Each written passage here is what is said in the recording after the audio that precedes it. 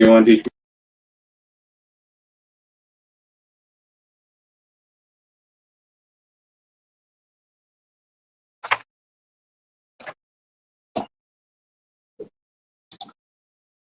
Okay, we're ready, Mayor.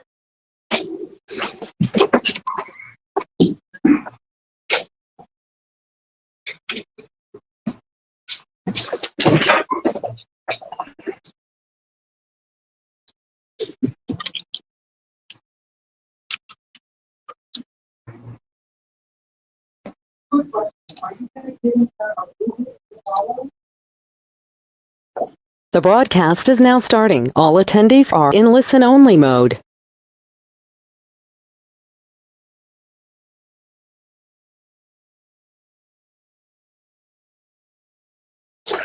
Good afternoon, everyone. It's 2:03 p.m. Today is February 9, 2021. This is the time for our regular council meeting. Good afternoon, everyone. The meeting is called to order. Madam Deputy City Clerk.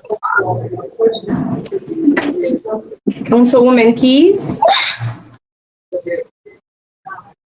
Here. Councilwoman Estime Irvin. Present. Mayor Mcdermott. Here. Councilman Desumay. Here. Councilman Galvin. Here.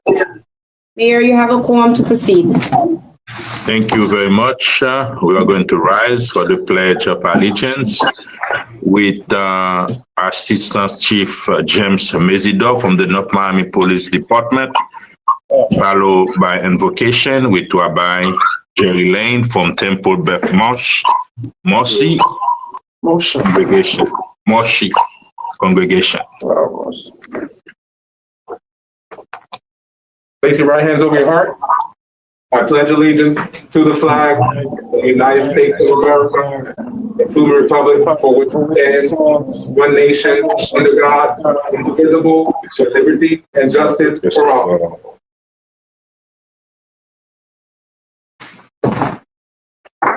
Thank you very much, Rabbi Lane. Okay. Normally, I try to keep it as short as possible because that's what people want. Today, there are a few things that I have to mention. First, we have a Holocaust Torah that was given to us from Czechoslovakia. When Hitler was going to destroy all the Jewish people, he was sending Jewish artifacts to Czech Republic to make a museum for people that no longer existed. Anyway, we have one of those Torahs, and we opened it up today because once a year they want a picture to make sure it's still here. When we opened it up, it was on last week's portion, and I don't believe anything is by accident. So I'm going to begin.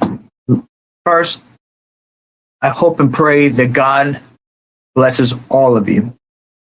And I think the lessons from the Torah portion of Yitro, which is Jethro, in the Jewish Bible, there are 6 Torah portion sections named after people.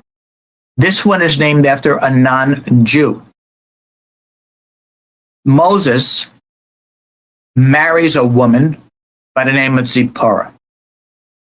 In the Torah, she is referred to by some as a Cushite.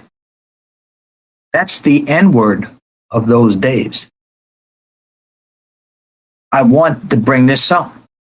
Moses, the greatest prophet in Judaism, who they say spoke to God face to face, is therefore married to a woman of color. But let's go further. The portion is named after Yitro, Jethro. So if his daughter was a woman of color, obviously Yitro was. What does he tell Moses in this week's portion? Moses, you're doing too much. You can't do everything alone. You have to delegate. So who was Moses' teacher? A man of color. What did we learn? Pirkei Avot, Jewish wisdom literature, says who is smart? He who learns from everyone. Moses listened to his father-in-law. Again, even though in the Bible it says Cushite, which was said in negative, we learn the opposite. Not only is there no acceptance for discrimination or prejudice, but for us as Jews, our greatest prophet was taught how to be a leader by a man of color.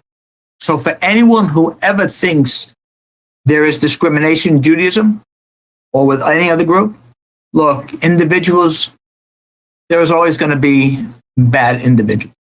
But the Torah is telling us, no, everyone is equal. Learn from everyone, accept everyone. Zipporah was such a help for Moshe. His father-in-law was amazing. So we learn to delegate because none of us can do anything and everything by ourselves. So for you who are overworked with all of your responsibilities to make sure our city does well, and for all of you who unfortunately don't get the appreciation, you get the complaints, but unfortunately that's part of your job, understand you have to delegate and know that we are all equal and that the person who is truly smart is willing to learn from everyone. So when you all work with each other, even if you don't agree, listen to what they say, because you never know where you're going to learn something. God should bless all of you with wisdom to learn from other people, to have good health, to be safe, and to continue doing the amazing job you're doing for our city. We are blessed to have all of you. Thank you, and God bless. Thank you very much, Rabbi Jerry Lane. It was a pleasure to listen to you this afternoon, and enjoy the day, and God bless. You too. God bless. Thank you, guys. Thank you very much. Bye. Now, Madam City Manager, do we have any addition, deletion, or amendment to this agenda? All right. No, Mayor. Thank you. Thank you very much. Can we move forward, Mr. City Attorney? Yes, Mayor, there is a quorum present at City Hall. The agenda is set and you may proceed. Thank you very much. And we have a special presentation about COVID-19 by Commander Angelo Brinson. Good afternoon, Mayor and Council. Commander Angelo Brinson, Emergency Management. Just want to provide a brief update to our residents on where the locations are that are closest to North Miami where they can obtain their vaccine.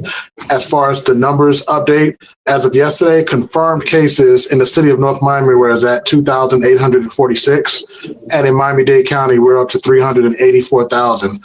So we must continuously remind all of our residents that the best chance we have of slowing down the spread of COVID-19 is to continuously wear our masks and to continuously wash our hands. And also as a reminder, masks are mandatory. Masks or face coverings are mandatory in the city of North Miami, even if you're outdoors, if social distancing is not possible. And now the phone number that anyone can call to register and get an appointment for their COVID-19 vaccination. First, we're still in phase 1, so you must be over 65 years of age, but that number is 305-614-2014 or miamidade.gov/vaccine. Once you call that number, they will give you an appointment. If the vaccine is available, if the vaccine is not available, they will pre-register you and then call you back or notify you when your appointment is ready to get your vaccine. Now, the locations that vaccines are being given out are still very limited, but for our residents, the closest location to the city of North Miami is currently at Miami-Dade College North Campus, and that's located at Northwest 27th Avenue and 119th Street. You can call those numbers I gave before, 305-614-2014 or www.miamidade.gov/vaccine and pre-register and try to set an appointment for your vaccine. The next closest location to North Miami is Hard Rock Stadium. and that's over on Northwest 27th Avenue and 199th Street. And there's only a number to call and register, pre-register for a vaccine at the Hard Rock, and that number is 1-888-499-0840.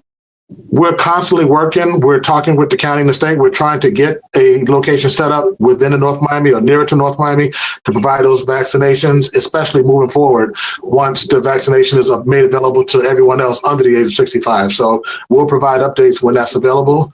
But as of now, that's my report. If you guys have any questions, I'm entertaining them at this time. Thank you very much. And Councilwoman Irvin. Hi, thank you so much, Commander Branson, for your report. Could you repeat that number slowly so that the residents listening to pre-register for the vaccine? Please? Yes, once again, for residents, 305-614-2014. 305-614-2014. That's a Miami-Dade number, and they will take your information and pre-register you. If there's vaccine available, they'll set an appointment at that time. If not, they'll call you back and notify you when the vaccine is available, and they can set your appointment. The other number for Hard Rock Stadium, 1-888-499-0840. And for anyone who wants to do it online, that's miamidade.gov/vaccine. Thank you very much. Any other questions? No? Yes, Councilman. Yeah, Mr. Mayor, I did have a link where there's supposed to be a flyer on our website. I don't know if it's posted. I'm trying to locate it where our office here, we are, getting folks who do want to, they could sign up, they could call our office and speak to Rose and put their name on the list. And I know the homeowners president, Ms. Brown, had reached out, and several of them over there did already went and they already got their appointment for the second shot. So I'm looking at that just to make sure, but before this meeting is out, where that particular flyer is and which number that they need to call to put their name on if they are residents of the city of North Miami. Thank you very much. That's conclude our presentation about COVID-19. Thank you very much, Commander Benson. Yes, sir. Thank you very much. And now, let's go to the consent agenda from tab A to E. Madam City Clerk. Unless a member of the City Council wishes to remove a specific item from this portion of the agenda, tabs A through E constitute the consent agenda. These resolutions and items are self-explanatory and are not expected to require additional review or discussion. These items will be recorded as individually numbered resolutions adopted unanimously by the following motion: that the consent agenda comprised of tabs A through E be adopted. Thank you very much. Can I hear a motion on the consent, please? Second. Okay.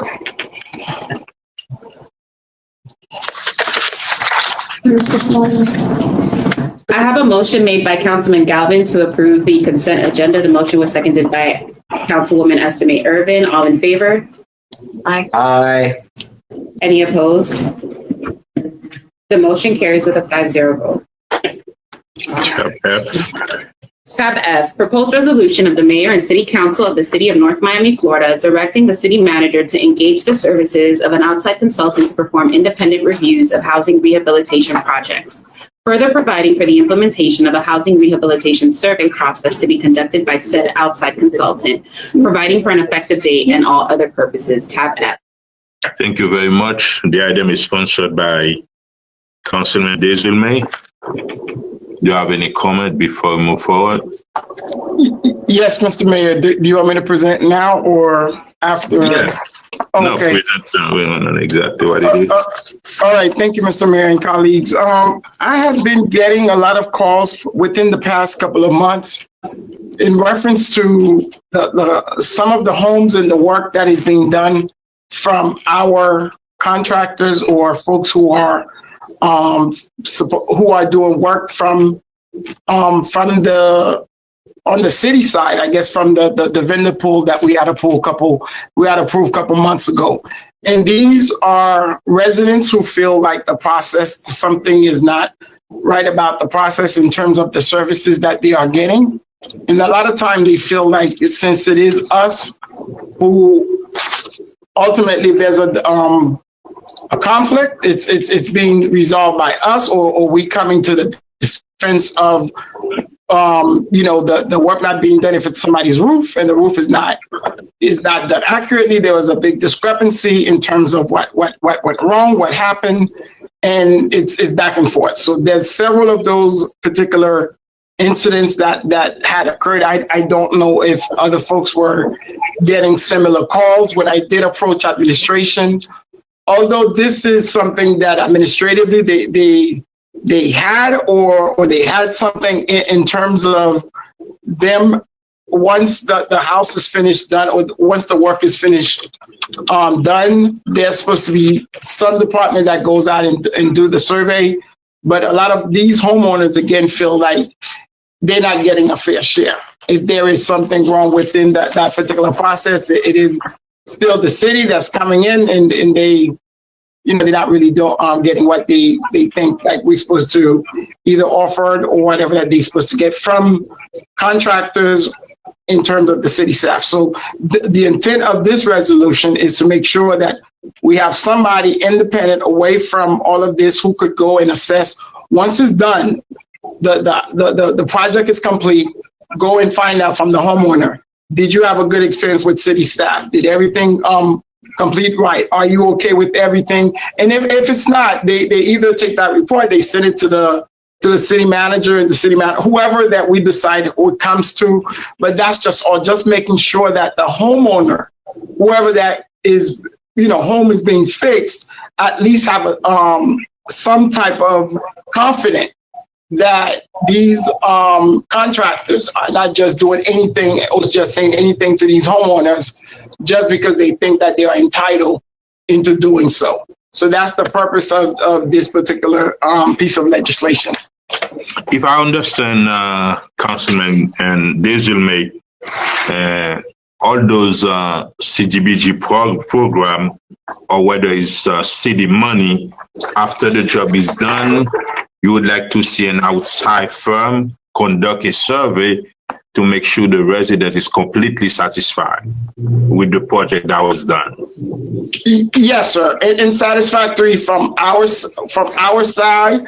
But the main complaints that I've been getting is really the contractors going in there, either messing up something or, we said one thing, they think that they're supposed to get their roof done, and then they get there, the contractor say, no, I'm doing the window.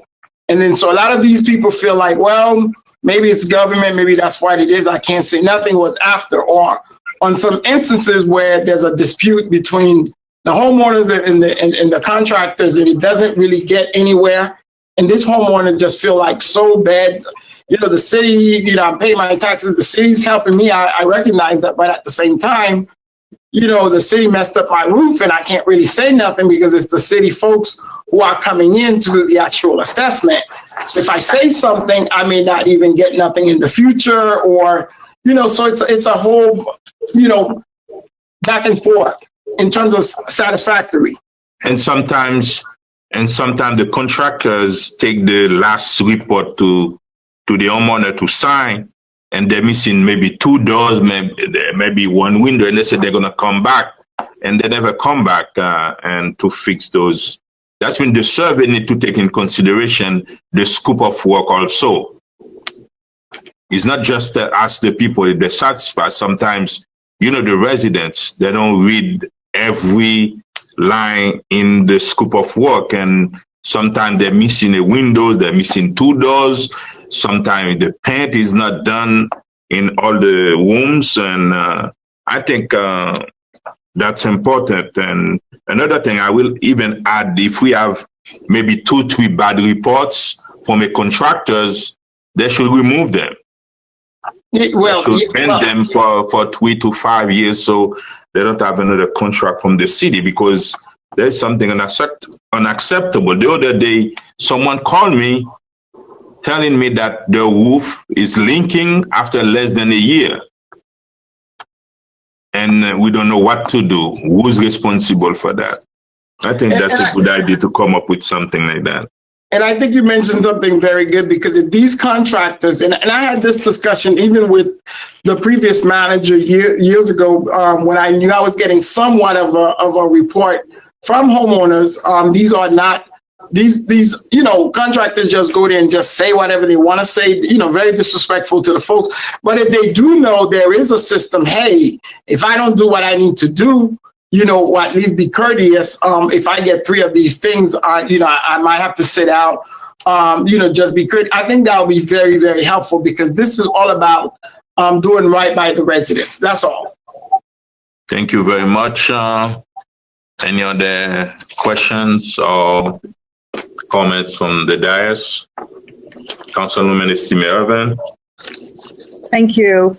I would like to ask a question to the administration, please. Madam City Manager.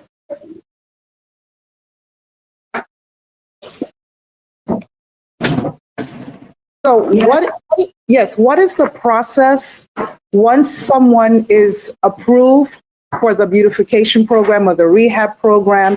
What is the process? What happens? Okay, at this time, I'm going to recognize Albert Brazil and the presentation regarding the process at what? Okay, at what point you're talking? After the job is done, Councilwoman Estime? No, I'm trying to understand the process once the homeowner is approved for the program. I'm just trying to understand what is the process from that point, especially between the owner and the contractor and the administration and the contractor. Like, what is the process? Thank you, Albert. Can you move forward with the presentation? Good afternoon, Mayor and Council members. As introduced by the manager, I have in front of you here the process that the Housing and Social Services Department follow when it comes to single family rehabilitation. So as you asked Councilwoman Irvin Estime, once the homeowner is selected through the lottery process, the housing department go and proceed to an initial assessment. What do we do in the initial assessment? We took picture, and this is the first contact of housing inspector and the homeowner to find out what they're looking for. At the second visit to the homeowner by the inspector, we do a general assessment.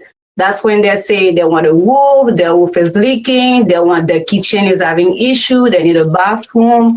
And this is where we go. We took pictures once more. Inside now, we do a thorough visit. We come back to the office, we start writing a general scope of work. Once the general scope of work is written, we send out an invitation to bid to our pre-qualified contractor. So we schedule the walkthrough, and then we perform the visit. Next slide, please, Ricardo. So once we go out there with the contractors, everybody see what the works entails. We come back. Sometimes when we get to in the walkthrough, we identify more stuff compared to the general assessment that we did previously with the homeowner. So it may happen that when we come back, we have to revise the scope and amend the scope and send out addenda to the contractors who participate in the walkthrough.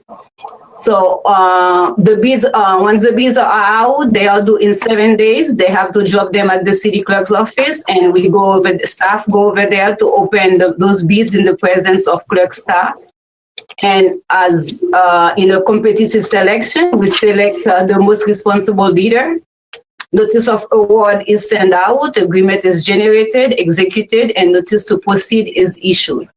Once the notice to proceed is issued and it's included in the notice to proceed, the contractor, it's mandatory that he submit his permit application based on the scope of work. Meaning, if we are doing roof, if we are doing bathroom, if we are doing windows, he has to apply for 3 different sets of permits at the building department. Next page, Ricardo, please. So once they submit the application package, it's up to the building department to approve. They review their request, and once approved, we call them. They need to stop by our office, pick up the signs, posted the sign on site, and the work is set to start. Throughout the life of the project, there is a minimum of 3 mandatory inspections, but it may happen that either the contractor or the homeowner requests some additional inspection. Once the project is completed, contractor requests a final inspection from the building department. This inspection is conducted by building staff, and they are the ones who fail or who pass the project. And they can come to us up until they pass their inspection with the building department. Once a final inspection is obtained from the building department by the contractor, at that point, they request a final inspection from the Housing and Social Services Department to close out the project. Next, please, Ricardo. And at this point, the housing inspector will go to the schedule a visit with the homeowner, go to the contractor to go to the property and do the inspection. At this inspection, that's where we do the punch list. What is the punch list? That's where we go. We check everything based again on the scope of work. And if there are stuff that need to be adjusted, that's the opportunity. We hand this punch list to the contractor who's supposed to come back and review it. Once all items of the punch list are addressed, the housing inspector go back to the property owner with the payment package, will certify that everything has been addressed, and at that point, they sign the payment package and authorize payment to the contractor. So once payment package is approved, the package is sent back now to the housing staff where we reviewed the content, everything for completeness, and we process the payment. Now, what do we offer when we do those works? Ricardo, next page, please. In terms of warranty, any general works, including but not limited to windows, doors, kitchen, bathroom renovation, shutters, and so AC and so more, we offer a warranty of 1 year. For roof, we have, depending on the type of roof, for flat roof, we have 5 years. For shingle, we have 10 years. And for tile, we have 15 years. Next page, please, Ricardo. So this is the release where we show we offer 1 year on all general works. And next one, Ricardo. This is the certificate that is mailed to the homeowner when it comes to their roof, and you have all 3 titles. For shingles, you have 5 years, and it will be highlighted depending on the type of roof we offer to the resident. And the last page, Ricardo.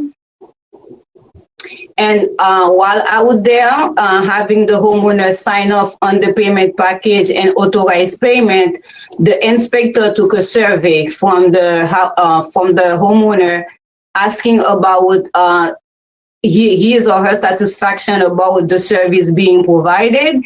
And there is 5 questions being asked. And at the end, if there is something that we do not cover with those 5 questions, the homeowner has the opportunity to make some comments at the bottom.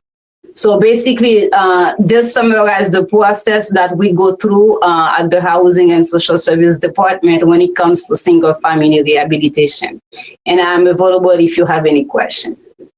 And a quick 2 questions, Mrs. Albert. The last 2 documents, the roof. Some people said, okay, do you have a copy of those last 2 documents and every repair that the city have done? No, I have the first one. I have it in all set. If you don't have roof, we won't have the second one. No, I'm talking about in the roofing. Yes, in the roof, everybody receive a certificate signed by the contractor with their name, address, phone number, just in case there is an issue.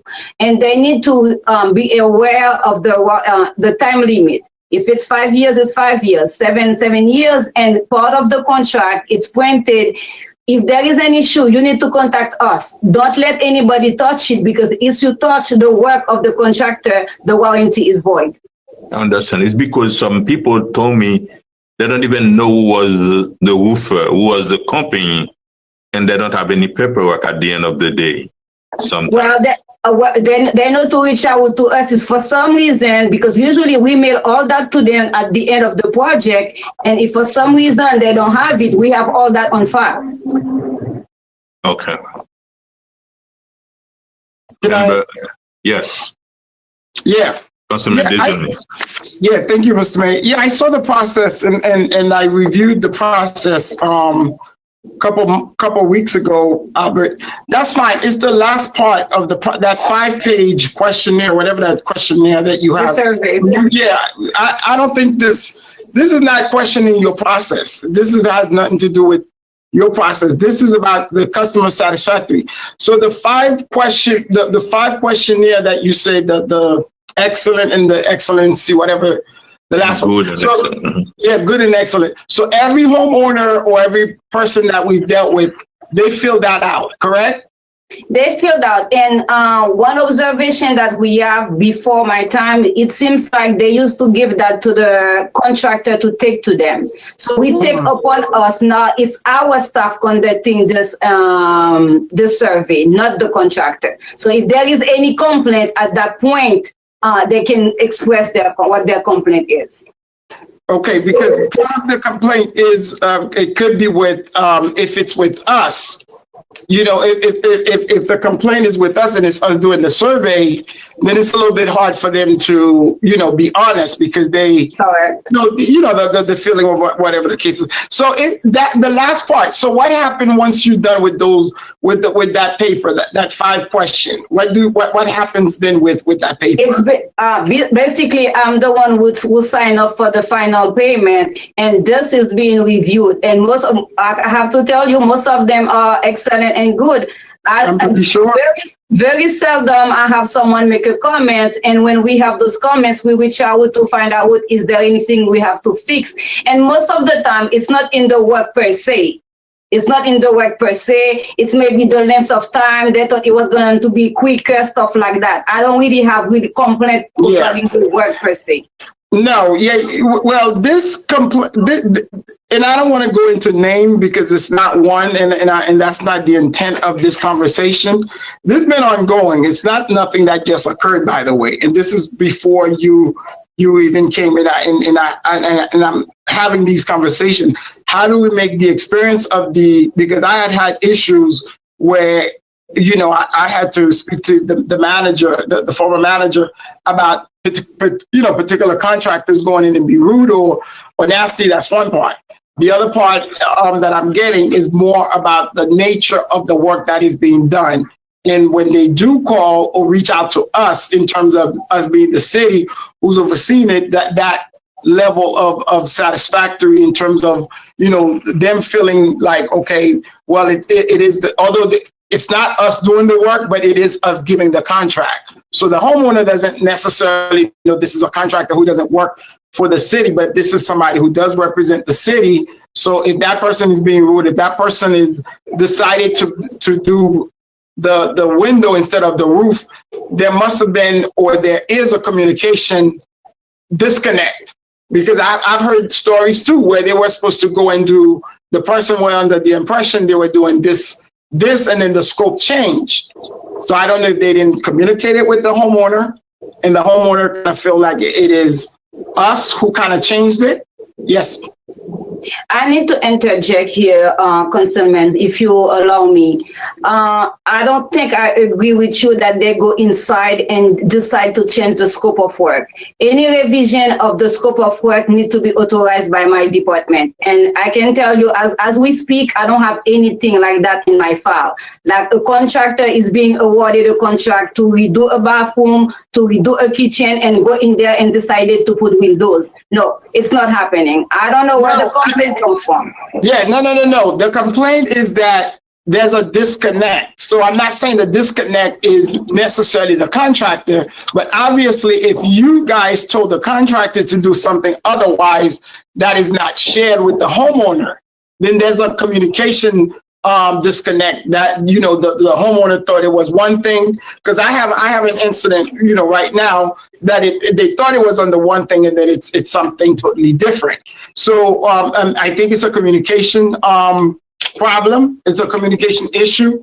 But regardless what that is, those are the issues that these particular residents are having one by one. So we're gonna move forward, you know, depending on how you want to proceed here.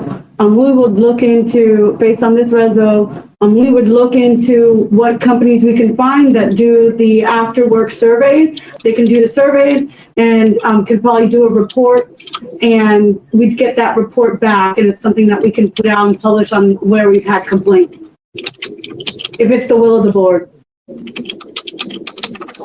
Our point, yeah, I understand, Madam City Manager. The point is, we don't want the same person who went and do the inspection, the same person who we did the work to, is the same person that's going to take the survey to them. Yeah, no, we won't have that. And the inspector is really inspecting like the work performed. As we understand the resolution, it's a survey after about what their experience was for the work. So that would be a separate person. Are you done, Councilman Desulme? Yes, I think we have some questions. Okay, Councilwoman Carol Keys.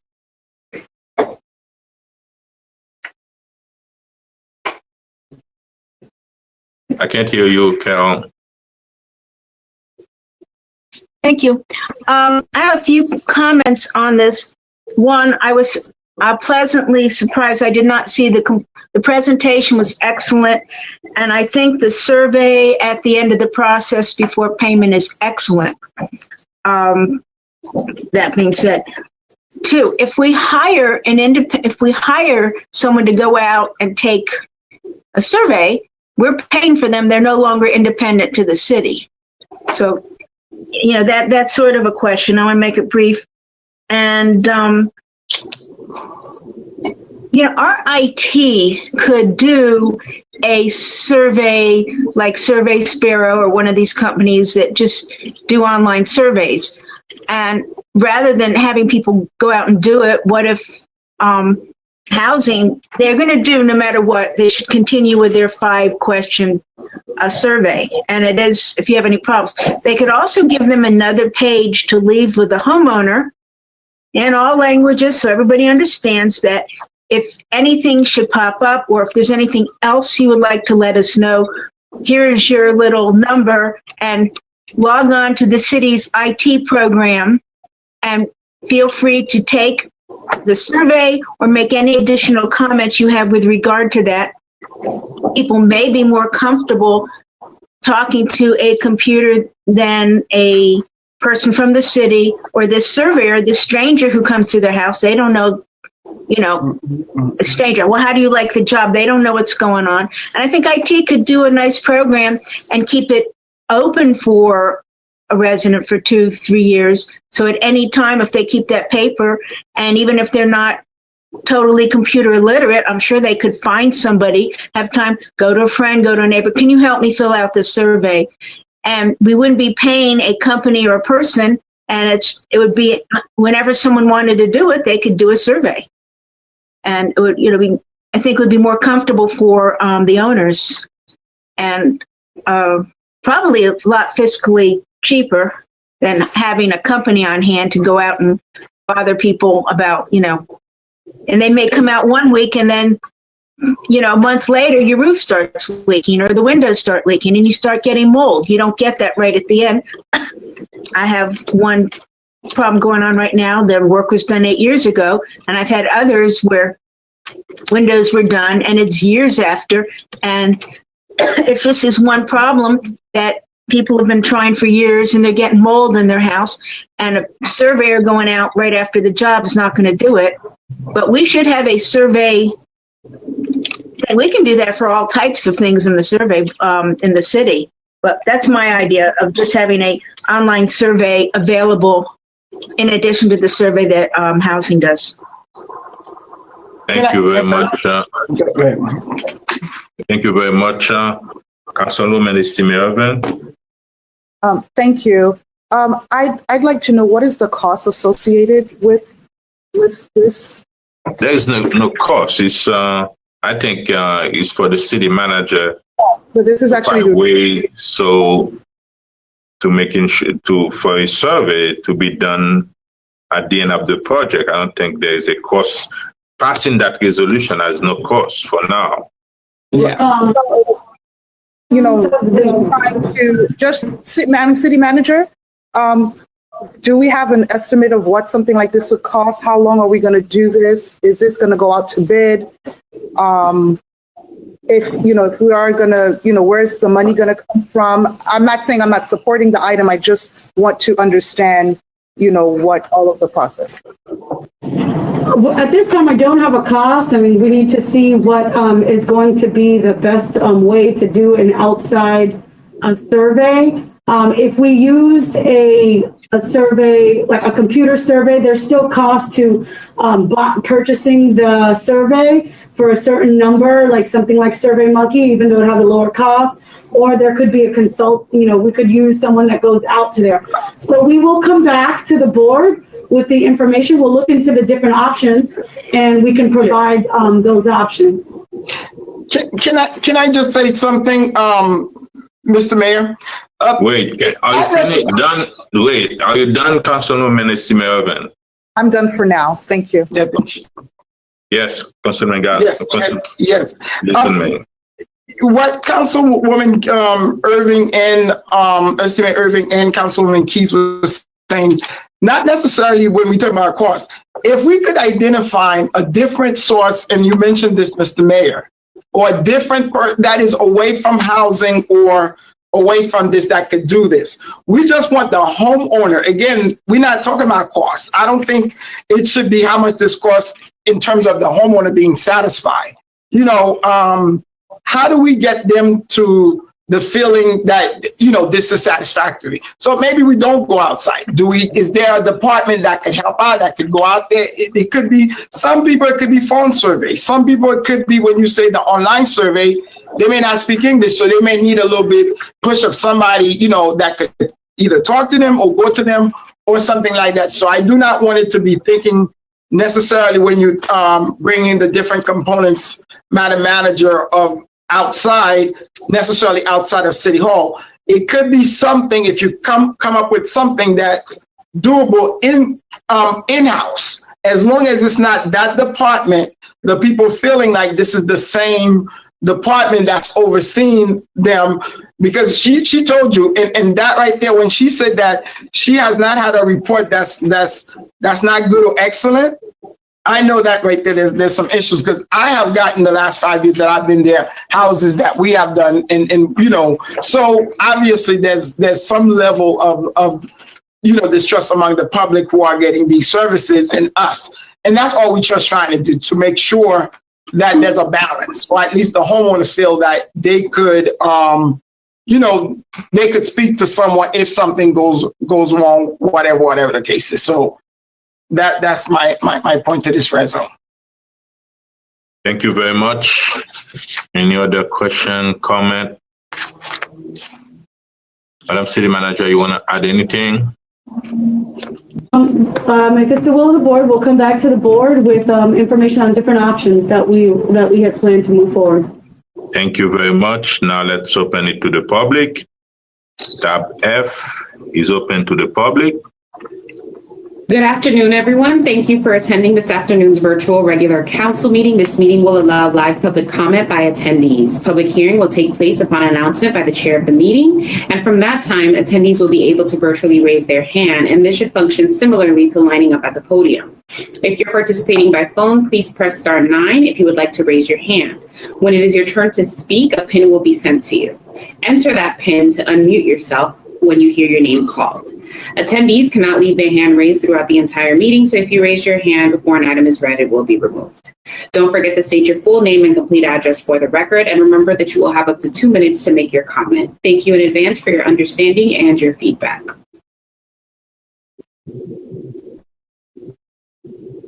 Public hearing is open on tab F.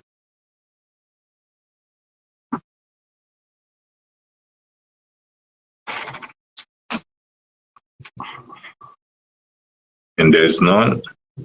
Mayor, we do not have any hands raised on this particular item. Thank you very much. Public hearing is now closed. Can I hear a motion to approve tab F? So moved. Second. Second.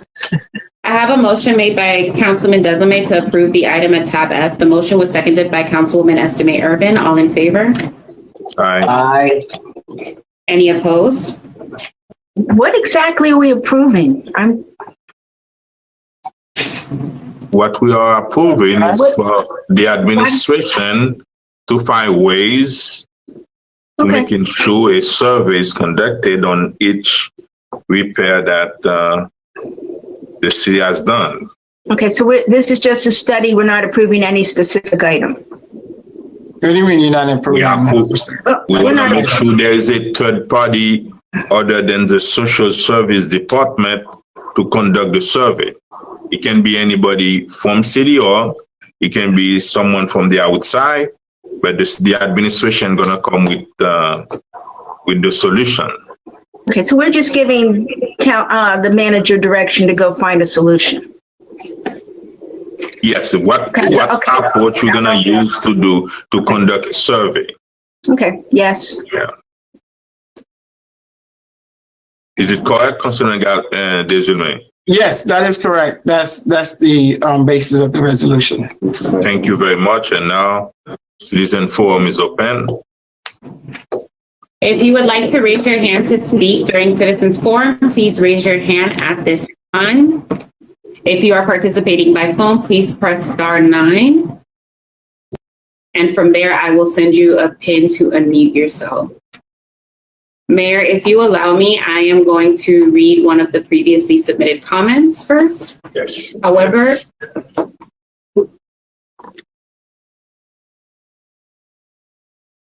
Go ahead. However, one of them is from.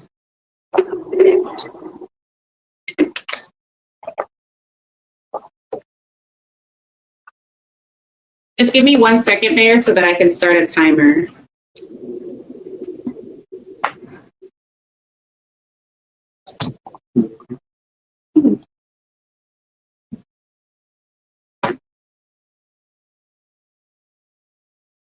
Dear Ms. Fairless, and this is from the North Miami Parks and Recreation Board. At the council meeting on January 12th, a proposal for changes at Breezeflood Park were discussed. The Parks Board had a few concerns about this plan. The new suggestions for the park are interesting, but did not include any details on costs or to install or maintain the new facilities. The addition of a splash pad will require the addition of a bathroom, and no analysis of whether this is the best use for the space. Parentheses, the park does sit on one of the city's busiest thoroughfares was presented. The basketball court is a popular destination, and suggestions to remove it years back were met with quite a bit of community resistance. No public announcement about the scope of the project was included in the council agenda, so park regulars had no opportunity to make public comment at the meeting. The Parks Board meets on a monthly basis, but plans for breeze swept or even the idea that a plan was being developed was never brought up in our meetings. Since then, you were made aware that we would appreciate engagement at an earlier stage. Thank you for hearing us. Our most recent meeting was attended by the Deputy City Manager and the Capital Projects Manager. It was very informative and allowed us to ask some important questions on pending and upcoming projects. The board serves at the request of the Mayor and Council. Look forward to support and helping us to work for you, the Council and the community. Respectfully, North Miami Parks and Recreation Board.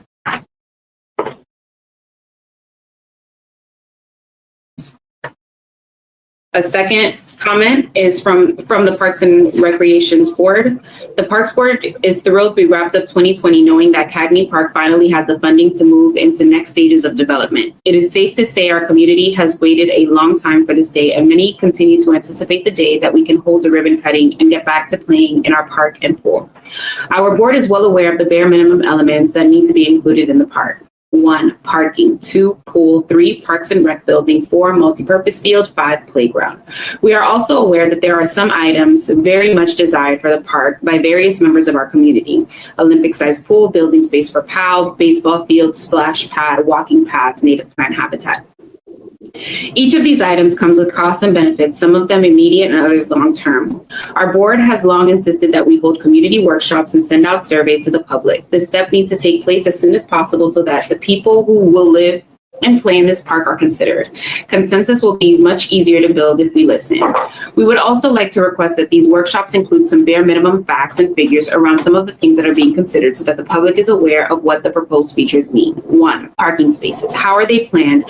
How is the roadway nearest the neighborhood going to be improved or altered to lessen impact? Can we turn the parking spaces on the roadway into angle parking? 2, Olympic pool. What are the costs for installing an Olympic pool versus a standard lap pool like in neighboring communities, North Miami Beach, Miami Shores? What will upkeep costs look like for one versus the other over the years? If this pool becomes an attraction, do we have the parking and structure to support the number of people who may show up? Are there expected revenues from events that would offset the costs? We currently have a gymnasium on the lot. What other features are planned for some type of building? Does it make sense to expand the current building? Are we committed to leasing the gym to Miami-Dade County Public Schools every weekday of the school year? Are we collecting revenue on that lease? And can we make additional money by leasing the gym space? Can we make additional money by leasing the gym space out to others? The multi-purpose field is also leased to Miami-Dade County Public Schools during weekdays of the school year, correct? That means that fields at both Cagney South and North are both only available to residents during the summer, on weekends, or after dark. Can we organize the North Field space in a way that only part of it is available to the schools? Thank you in advance for gathering this important information and for providing the community an opportunity to understand and comment on the project before everything is underway. I will now turn it over to Jim Garrett. Jim Garrett, I will now unmute you. Jim, please unmute yourself. Go ahead. Thank you. Thank you, Vanessa. Jim Garrett, and representative of his mom, 645 Northwest 132nd Street. First, I want to say some positive notes at the beginning. Number one, to Commander Brinson for working on behalf of our seniors in the community. That was very informative, that report. Especially the two sources. We do need to get a site within North Miami. We have a large senior population. I've been trying now for the last 3 weeks to get my mom vaccinated, and it has not been successful. Number two, Councilmember Alex DeSime and Mayor Mcdermott, thank you for trying to make sure that this housing program goes off on a good ending. I do want to congratulate you on your efforts on that. On another subject, now we're going to turn on the truth. It's been 1 year since the city taxpayers funded a $1.2 million Super Bowl Red Garden event. However, no one has been held accountable except for a Parks and Recreation director who had to resign, who had to been fired under cloudy circumstances. About a month ago, there was accusations by a person who goes by a false name that $50,000 of copper wire was misappropriated from this site. I went by this site on Saturday when I visited my mom, and it's a sad sight. We paid $1.2 million plus a 15-year lease with the Denmarks to have an empty lot that is unsecured, that has half of the artificial turf still remaining on it, and a bunch of bamboo weeds up in the front, and a statue. That's not the best use of public money. We could have built either the fire station there, the replacement of the fire station on 131st on this side. We could also build a mini city hall with a library and a city substation and offices for Alex's district. Or we could have taken that slot and combined it with the Wendy's slot. Mr. Garrett? Yes. Your time has expired. Thank you for your feedback. Thank you very much. Public hearing is still open. I'm going to now read another previously submitted comment. Jessica Alston. Is it different person? Oh, it's different person. A completely different person. Okay. 1140 Northwest 125th Street, North Miami, Florida 33168. Jessica Alston, the Red Garden, now Weed Garden. Stop the theft of the community. $5 million missing. Investigate/audit NOMI CRA now. Hashtag SKGNM. Mayor Mcdermott, at this time, it does not appear that we have any other hands raised to speak during public comment. Thank you very much. And now let's go to council report. District 1. No report, Mr. Mayor. District 2.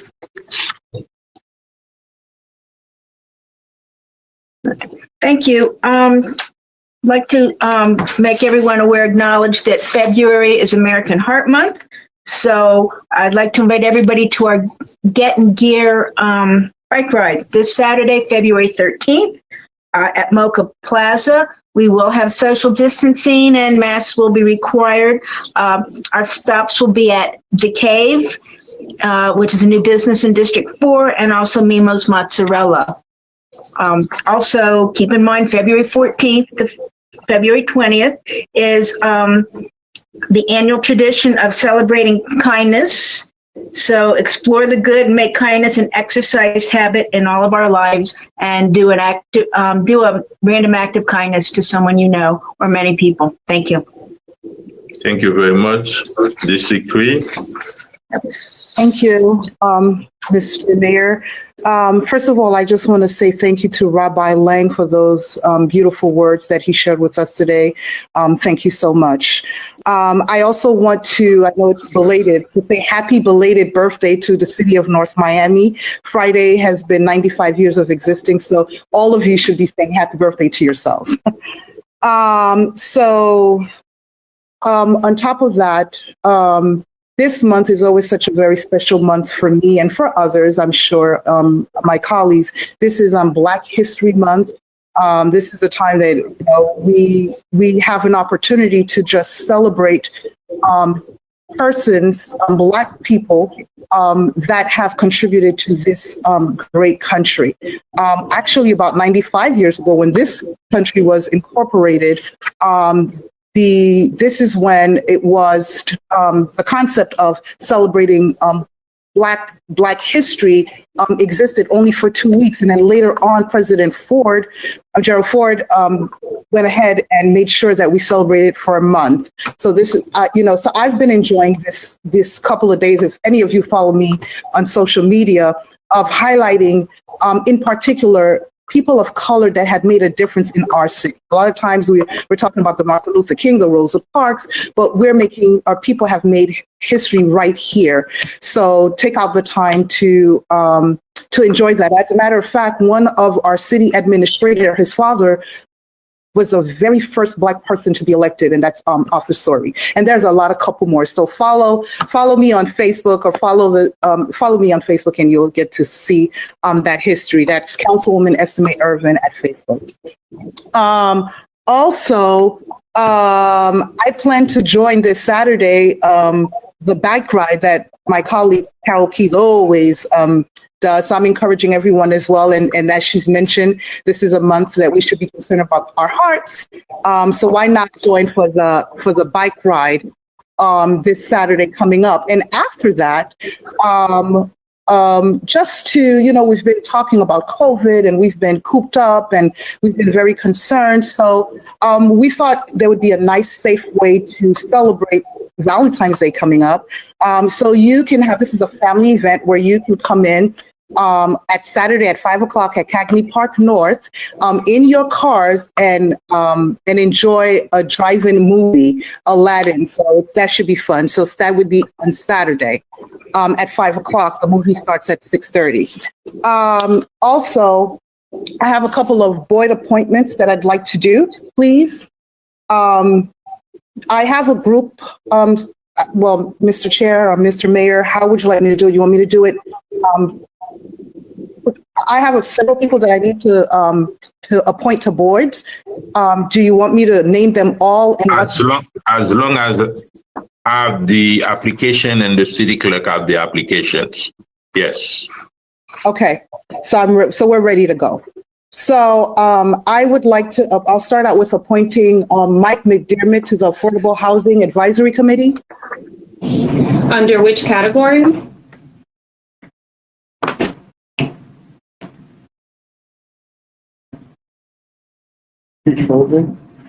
Councilwoman Estimate Urban.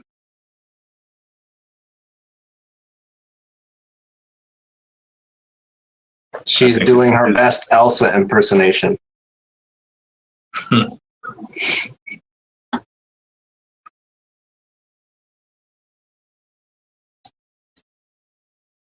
It looks like she's frozen.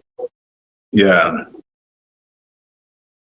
Can we go to District 4 and then when she come back, we'll give her the floor. Councilman Desilmay?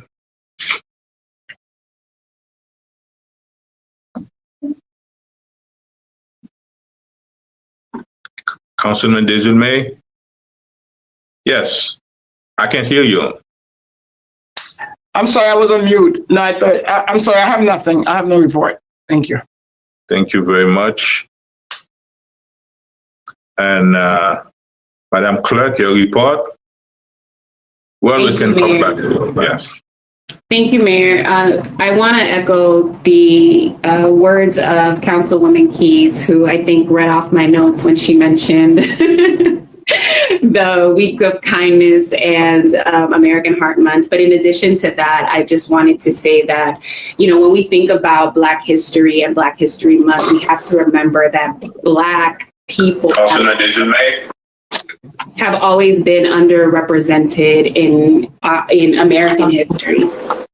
And so when we think about this month and what our duty is, we have to remember that it's upon us to. Can you hear me? Of yes. Black people throughout. I'm sorry about that. So go ahead, Madam. Wait. Hello? Yes. It's Madam City Clerk. After that, we'll come back to you.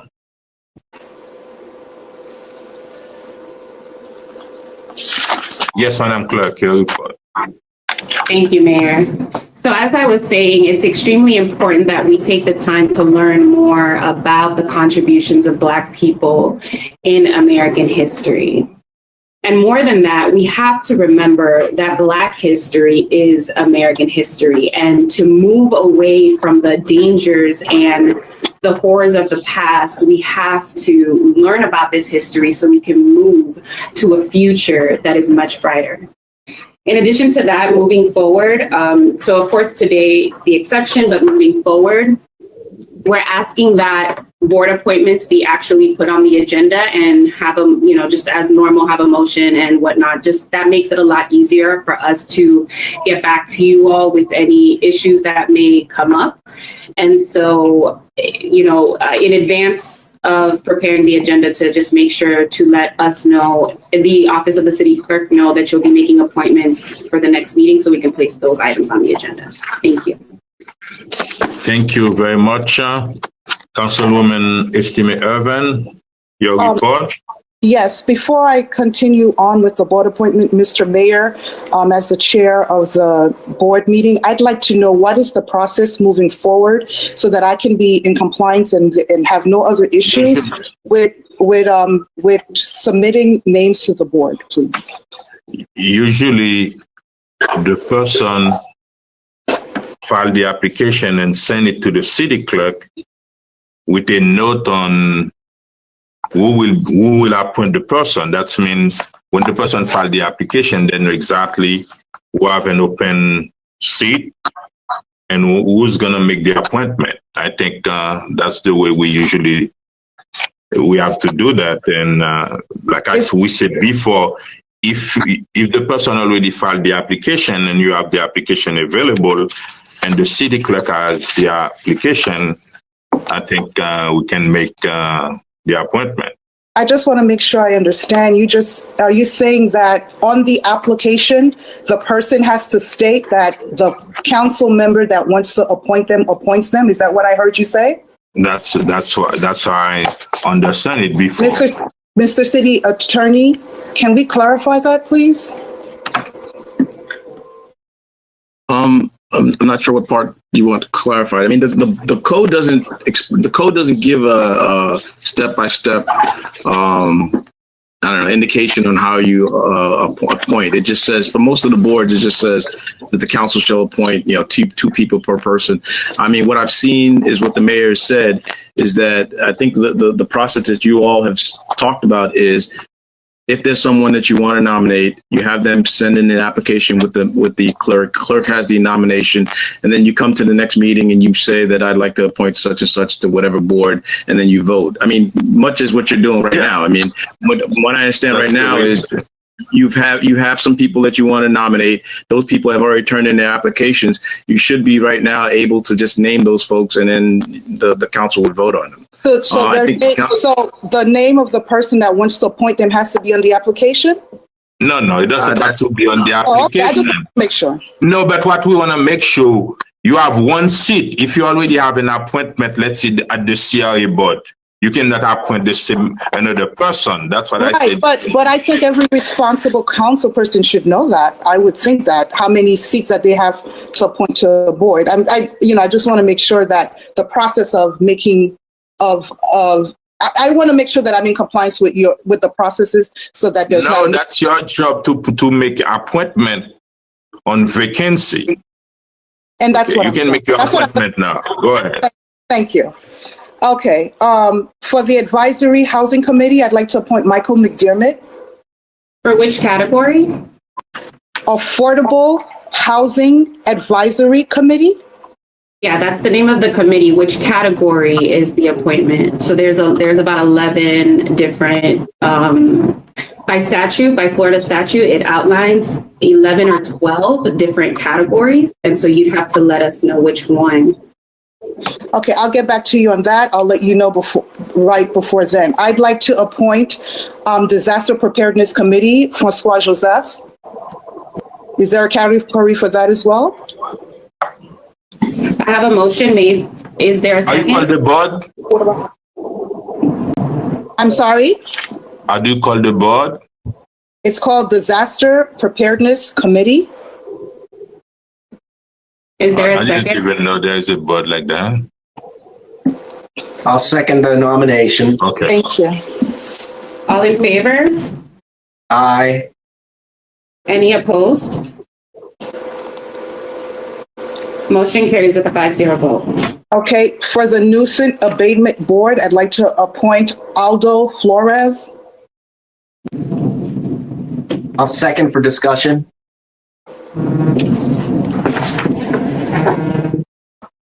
I'll second for discussion. Yes, go ahead, Councilman. Sure, thank you. I also received Mr. Flores' application and was told that board is no longer meeting. So I'd look to staff for clarification. I won't ask for it right now, but I didn't nominate him. He lives in my district because I was told that board no longer meets. So for staff to figure out after and let me know. There's a lot of, go ahead. Go ahead, Council. Councilman, I think he lives in my district.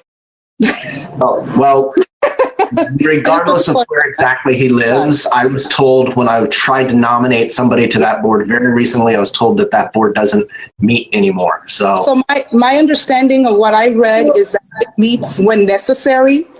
And because there's been a lot of talks about the donut holes and all the nuisance, all the noise that's going on. So that's one of the reasons I just wanted to, and there's been a lot of chatter about that. So I wanted to appoint him to that board. But my understanding, and the city manager can clarify, that it meets when necessary. If I could clarify, Mayor, if you would allow me. Yes, go ahead. So it is listed to meet there, but as Councilman Galvin has said, it has not been an active board. I'm currently working with the clerk to determine what boards, need to sunset and go through that, because when they were created, they didn't have sunset. So we're working through that process. So you are right. We haven't had that. If we are going to start using that board after we do this review, then we need to make sure that we have all of the appointments. But Councilman Galvin, you were correct. Once I came here, I found that this was not an active board. So as coming here, it had not been active. And so there are several boards that we need to look at and make some reviews on whether they sunset or they continue. And I have currently began that process with the clerk. So, Mr. Mayor, if you allow me to Yes, stay, all right. I understand what you're saying, Ms. City Manager, but as it exists now, let's get it going. And if we realize that we want to take it away, I think we should. But in the meantime, I'd like to, and then there's been, one of the reasons why I'm definitely staffing it is because there's been concerns that I'm sure that the residents want to address. So it is still a board now because we have not made that decision as a mayor and council to solve it.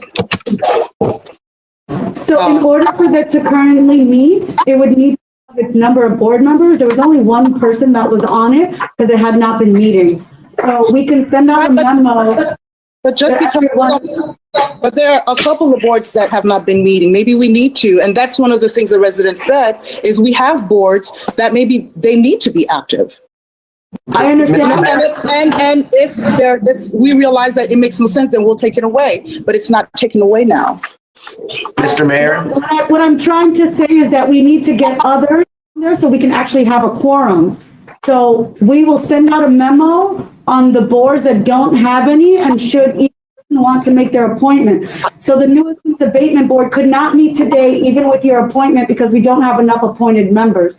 So a memo would have to go out and we would have to have enough appointed members in order for it to have a quorum to have a meeting. We can do that. That's no issue. I'm just letting you know that even if you appoint today, we don't have enough members to have a meeting.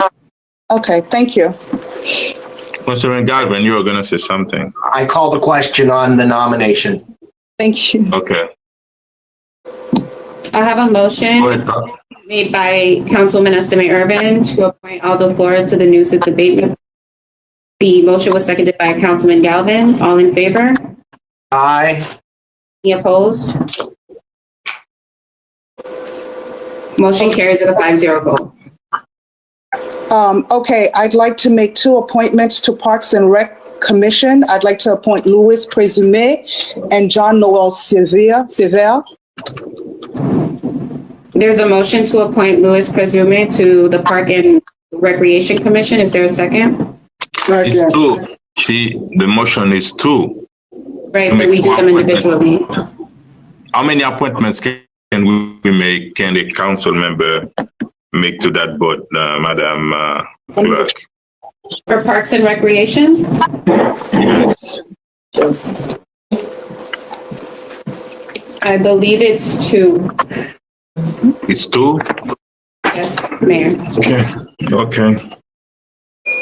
All in favor?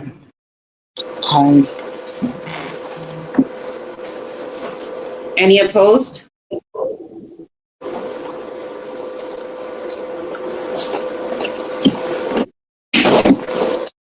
There's a motion to appoint John Noel Sever to the Park and Recreation Commission. Is there a second?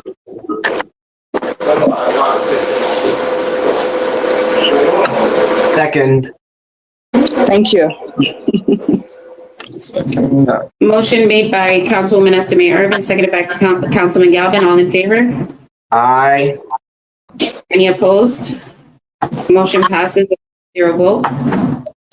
I'd like to appoint Dr. Marie Etienne to the Miami-Dade Relations Board for the Miami-Dade College portion of it. Second. All in favor? Aye. Any opposed? I'd like to appoint Luis Presume to the Youth Opportunity Board. Motion carries 5-0 vote. Oh, I'm sorry, Madam Clerk. So I'd like to, may I continue? I'd like to appoint Louis Presume for the Youth Opportunity Board. Did you get that? Second.